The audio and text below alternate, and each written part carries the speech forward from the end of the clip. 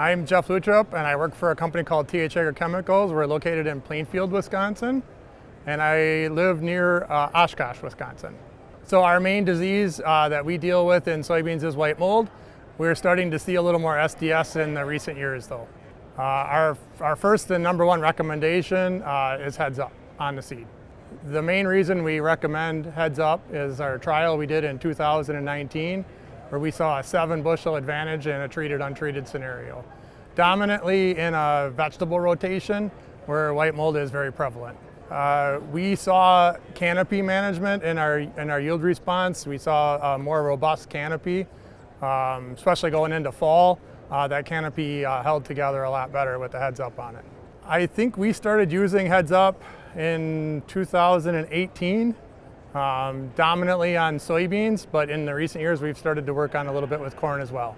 Our main SDS recommendations has been typically using Ilevo or Soltro. However, we're starting to work with a new product from Agroxine called Verone now, which is a trichoderma-based product, so we're going to start shifting into that. We've seen some yield data on corn that has piqued some guys' interest, so that's why we're starting to look at it a little bit more on corn. And I work with a bunch of seed companies, local seed reps, and they're asking questions about it, so we're here to sell it to them, I guess.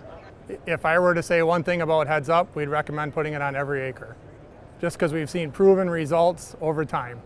So I was working with, back in 2019, I was working with a grower who got a rain out situation, and we had to go back into the field 12 hours later, and we just happened to have a heads up treatment in that area, and so that's kind of how we did it by accident. Yeah, it was so visual by midsummer, and it was worth a drive to come and take a picture of it.